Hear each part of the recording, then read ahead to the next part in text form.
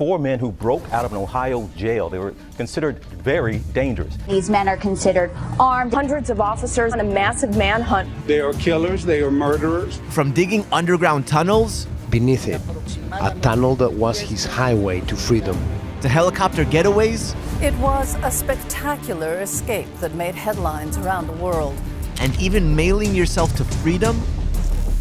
These are the most daring prison escapes in history. Some had help on the outside, while others took months or even years of careful planning. But how did they do it? Welcome to Explained. Let's start with the escape of Richard Lee McNair. McNair was raised by a police officer and was a highly intelligent man.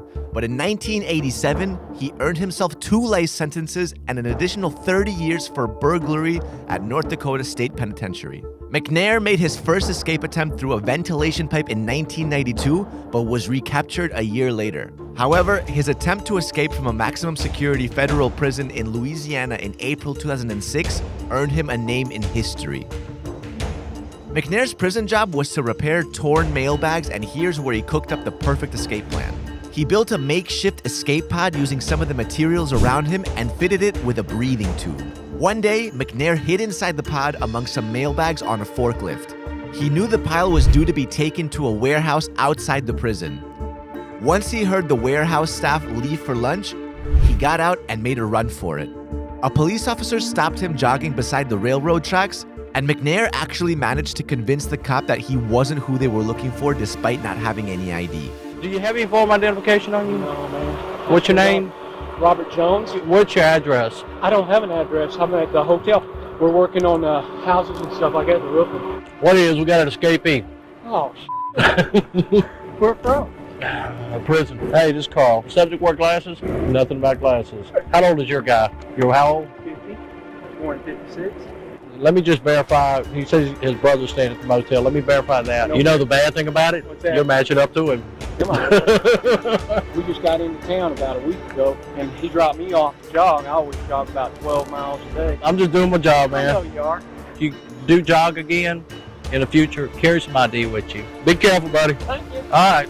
Next is Joaquin Guzman, better known as El Chapo. El Chapo is the founder of the Sinaloa cartel and one of the most terrifying drug lords on the planet. El Chapo was first captured in 1993 and sent to Puente Grande prison. But despite being behind bars in a maximum security facility, he continued to manage his drug operations with ease. It was obvious that his connections were vast, and the threat of a cartel retaliation was enough to scare many guards into compliance. Joaquín Guzmán. ¿Algún otro nombre? Archivalo. Eso prefiero así, Joaquín. In 2001, El Chapo's men bribed a guard to let him out of his cell and helped him escape in a laundry cart. Then he was wheeled to a parking lot where he got into the trunk of the car and escaped. But his greatest escape was yet to come. After being sent to Altiplano Federal Prison in February 2014, El Chapo simply vanished from his cell in July. Security footage showed him pacing his cell, and then this happened. He sits down, appearing to remove his sandals, and then he vanishes. Authorities discovered a 2-foot square hole beneath one of the showers. This led into a secret tunnel that the cartel had been digging for months. Opening the tunnel up to the press, the authorities show a well-resourced operation with electricity, an air supply, and this makeshift minecart adapted from a motorcycle, presumably used to move earth and people along its rails. This tunnel led to a cinder block house on the outside of the prison, and from here, El Chapo made his getaway.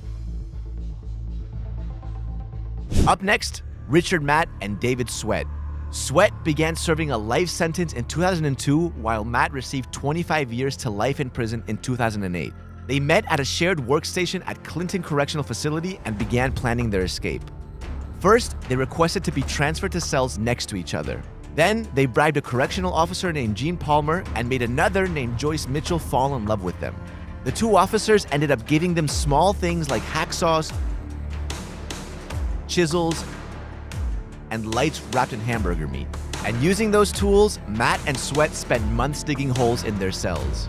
By February, he has methodically cut through the steel wall of his cell, 3/8 of an inch thick, and continues carving through the wall of his next-door neighbor, too. Then they made their way down 4 stories and broke into a steam pipe which led to a manhole just outside the prison walls. Sweat was down there multiple nights. And he did most of the work. And they cut through the pipes. They were just persistent. If you've enjoyed the video so far and want to see more of these, hit that like button and subscribe to Explain. This next escape by Pascal Payet feels straight out of a movie. Pascal Payet was a French criminal who was sentenced to 30 years in prison. In 2001, he escaped Louis prison after his friend on the outside got hold of a helicopter, flew it to the prison roof, and broke him out. Spectacular.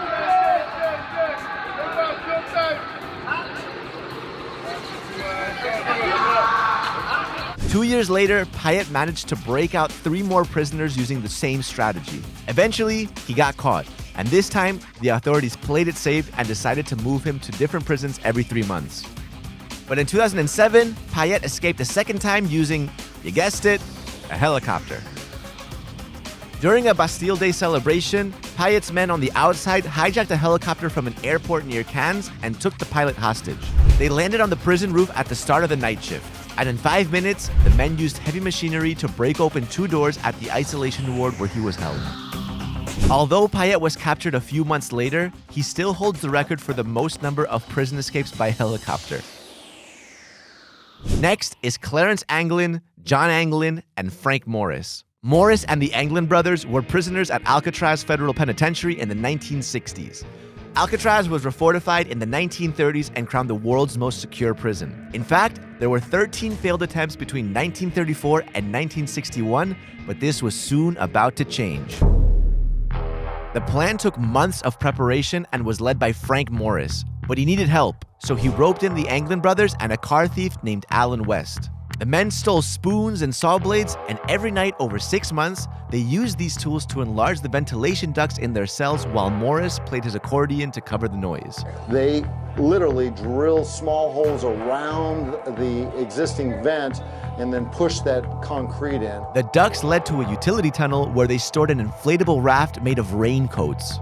They even made fake heads from scraps of paper and waste materials. On June 11, 1962, the team put the fake heads on their pillows and made their escape through the utility tunnel. But West got left behind after his cell grill got stuck. The trio took the raft, slid down a pipe from the prison roof, and snuck to the shore where they disappeared. That legendary escape is still one of the greatest mysteries in American history. Last is the ingenious escape of Frank Abagnale Jr. Frank Abagnale spent his early adulthood forging checks. He was also a master at impersonation and managed to pass off as a pilot, a university professor, and a doctor. Well, as the pediatrician, probably, it was really ended up being the most easiest, which should have been the most difficult. I supervised 7 interns on the midnight to 8 shift. When I would be called to the emergency room, I'd walk in, there'd be 2 or 3 interns there, and I'd be called down, and I'd walk in, and I'd say, "What's the problem?" And they'd say, "Doctor, we have a severe incardio here with a..." I didn't know if the guy broke his leg, had a heart attack.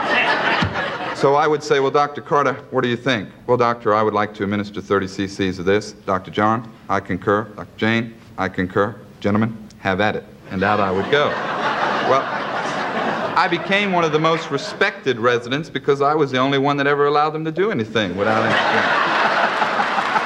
When he got caught, Abagnale was sentenced to 12 years and sent to the Federal Detention Center in Atlanta. Now, this was the early 70s, and it was a time when prisons were being heavily scrutinized by congressional committees.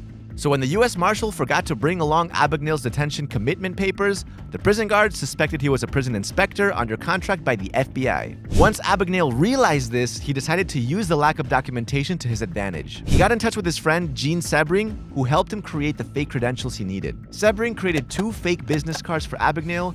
One showed him as a prison inspector, and the other was of an FBI agent he pretended to know. One day, Frank pretended to reveal his fake identity as a prison inspector to the guards. And he actually convinced them to let him leave the prison in a car to meet his fake FBI partner, who was actually Gene Sebring. And that's how he managed to escape right under their noses. There have been other famous international prison escapes over the years. This includes John Dillinger's getaway with a fake wooden gun, the Texas 7 who got away in a maintenance truck, and Choi Gat-Buck who escaped a South Korean prison through a food slot in the door. Are there any other unbelievable prison escapes that you know that we didn't mention? Tell us about it in the comments, and don't forget to subscribe to Explained.